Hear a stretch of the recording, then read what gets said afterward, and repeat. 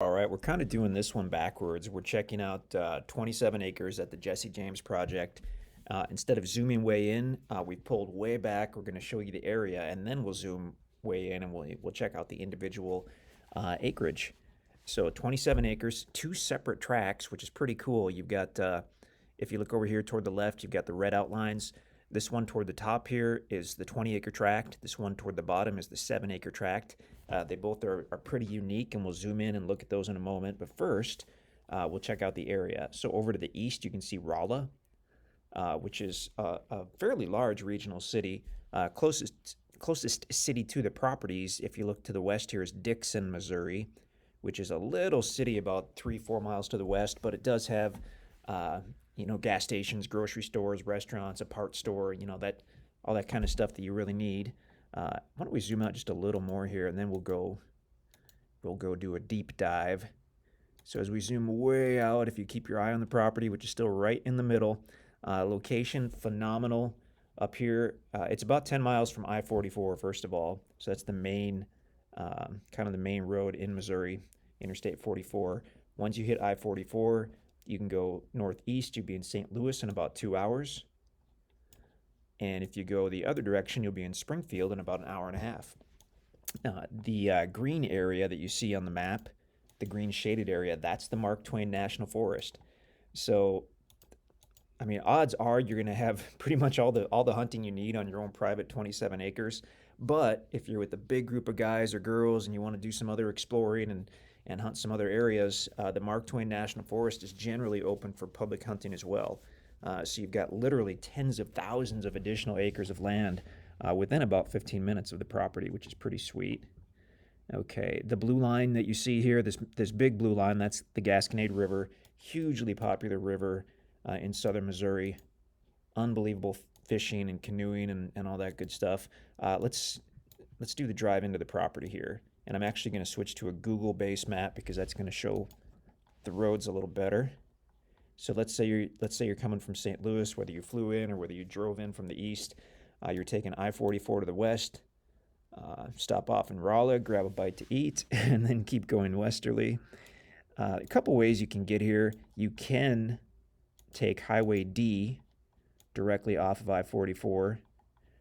So here's Highway D. You can do that, and you can go up that way, and that's perfectly fine. That might even be quicker if you're coming from the east, actually.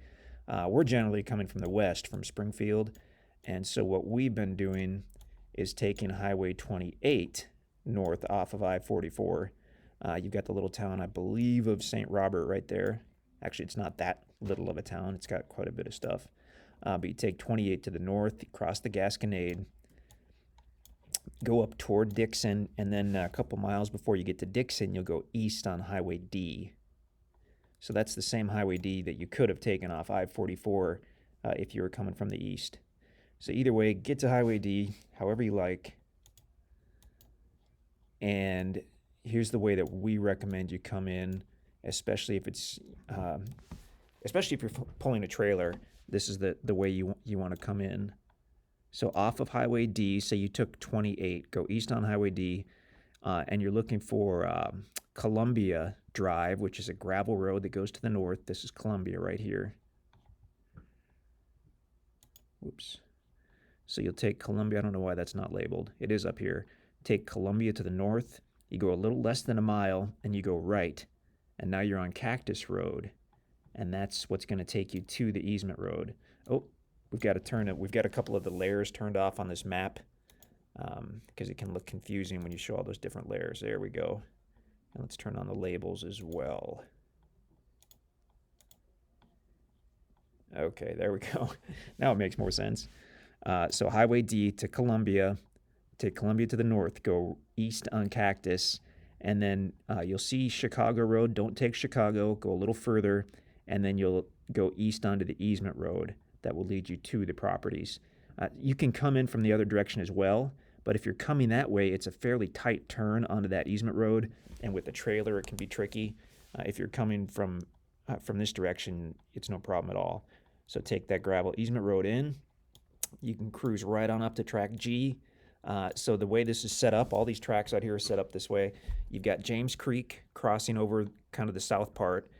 Properties generally on the south side of James Creek are lettered, so this is tract G, a lettered tract. Properties on the north side are numbered, like tract 9. The lettered tracts you can get to in your truck, your SUV, generally a car, depending on the weather. You could probably get there in a car. The guys are improving this section of easement road here. Once you get past kind of this large power line, it turns into more of a trail system. So for side-by-sides, for four-wheelers. So the numbered tracts, you're going to want to use your side-by-side or your four-wheeler to get to those tracts. Those are not suitable for a truck, an SUV, or a car. But in this case, where we've paired two tracts together, you've got your lettered tract, your 7-acre tract down here, super private, super peaceful. You can get there in your truck or SUV or generally your car. You can pull your trailer out there, set up your home base or your main site or whatever you want to call it on this tract G, and then take your four-wheeler or your side-by-side and cruise on down to your even more private 20-acre tract. So I mean, you can certainly hunt down here on tract G, but you can also have additional hunting and recreation and camping and be very, very private up here on the 20-acre tract on tract 9. So we can look at different base maps here. First of all, let's do a topo map overview, kind of show you both of these at once. So this is the pure Ozarks. This location is absolutely awesome. If you're familiar with the Ozarks, then you know it's a lot of up and down and hills and hollers. You start to get up to the north towards central and northern Missouri. You know, you're talking more cornfields and more flatness. Same if you're going down to the south and you start to get down, you know, into Arkansas and whatnot, things kind of flatten out. But here in the Ozarks, like I said, hills and hollers and creeks and ridges and valleys, and it just beautiful. And that's exactly what we're seeing here. So if we look at these two tracks, we can tell by the topo map that tract G, for instance, on the south side appears to have a large level area, especially on the southwest side here. And then as you go north from there, it slopes down fairly steeply to the creek bed. This topo map is a little misleading. It actually makes things look steeper than they are. Usually the distance between contour lines on the topo maps that we use is 20 feet, so 20-foot elevation change. On this particular map, for whatever reason, it's a 10-foot elevation change, so there are twice as many lines. So if you're used to our other maps, this one makes things look literally twice as steep as they actually are. So where this looks like a monstrous drop down to the creek bed, it certainly slopes, and I'm sure it's steep, but it's less steep than this makes it appear if you're used to our topo maps like we are. Actually, when we first looked at this project, all we saw was the topo map, and we were like, wow, that's unusually steep. We went out and looked at it anyway, and we were like, this looks fine to us, you know. Well, we later found out that it's this topo map, just the scale is a little different. Each line is 10 feet, so instead of 20. Anyway, so tract G, you've got your large level area here toward the southwest. That's probably where the driveway and the site are on tract G. I believe it does have a driveway and a site roughed in. So, I mean, you can literally pull your trailer into there and set up shop. You can walk down or potentially take your four-wheeler down to James Creek, which is beautiful. It's gorgeous, gorgeous, gorgeous little creek, spring-fed creek. And then if you want to go visit your 20-acre tract and have some fun back there, just hop on your four-wheeler or your side-by-side, take this trail system down and around and cruise on over to your 20-acre tract. Now that one, you can see where the road comes in, and there's a long, wide ridge right through the property, which is pretty neat. Looks like the land slopes down going either way from the ridge. The topo actually shows a small creek bed crossing over the east side of the 20-acre tract. I'm sure that's a seasonal creek. I don't know if we see that in the drone video or not, but you could certainly walk down there and explore it, and you're almost sure to find some really cool rock features and other stuff. There are big caves in this area as well. So as far as if that's something that you're interested in, this is a good area to do some checking and potentially find a new cave, because they are out here for sure. Okay, why don't we go to a satellite map, and we'll zoom in a little bit. We'll look at each of these tracks kind of separately. We'll start with tract G, because that's the first one you're going to come to. So tract G is essentially all wooded, other than this doesn't show the private driveway and the site, because those are pretty recent additions out here. But I believe the driveway probably comes in right about here. It goes back in a couple hundred feet, and there's a good sized site, large enough that you could pull in with even a fairly large camper and turn around and get situated and all that stuff. Check out the videos to see more of that.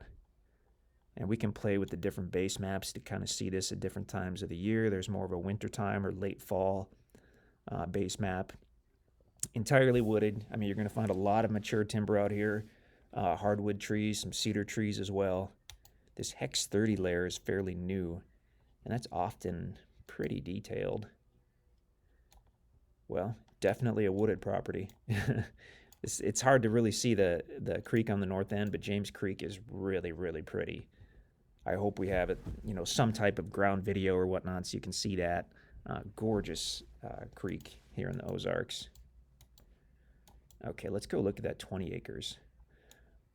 So pretty easy to get to tract G, obviously.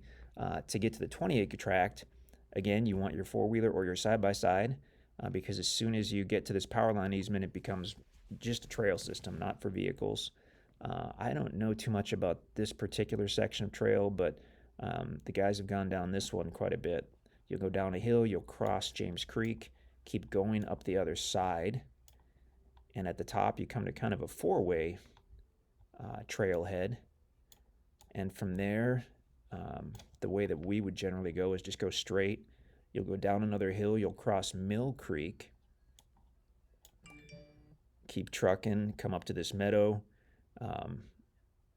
stay to the north and then cut to the east, and then you'll go up a hill, it'll start to level off, and then you'll be on track 9. Track 9 is really nice. It has a large amount of open meadow, and I believe a lot of that meadow was done fairly recently, so some pretty expensive bulldozing was done on this property. Actually, you can see in this, some of the areas really haven't even fully grown in with grass. When this area was done, the drone video that we took out there looks like everything has grown up with grass, and in fact, part of it definitely needs to be mowed.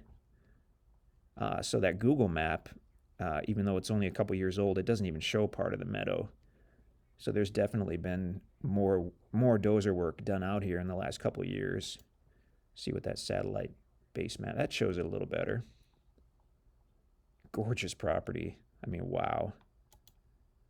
Obviously, if you wanted to build a home or a cabin, tract G would very likely be the better choice, because you can get to that with your truck, your SUV, or generally your car. It's not that you can't build on the 20 acres, you can, but for a year-round home or anything like that, it would be a big pain to have to come and go with your four-wheeler or your side-by-side. So bear that in mind, that if you're looking for a retirement-type home or a vacation cabin, very likely that the 7-acre tract, which already has the driveway and the site anyway, would be a nice private place to do that, and then keep your toys there, and you can take all the trips you want over to your private 20 acres. Gorgeous properties. Let's cut it off there, and then if you have any questions, you can let us know. But really nice combination of tracks. I think they go well together. Jesse James project is pretty much ideal as far as we're concerned for hunting, camping, recreation. The lettered tracks could be perfect for a home or for a weekend getaway cabin or whatnot. The location, a couple hours out of St. Louis, even closer to Springfield, National Forest, rivers, pretty great. Just about as private as you could ever get, but still only 3-4 miles from the little town of Dixon, which means supplies are nearby if you're out there for the weekend or for a couple weeks. Really cool. Yep, we're excited about these. I could probably keep talking for a while, but I won't. Check out the website. If you have any questions, just let us know.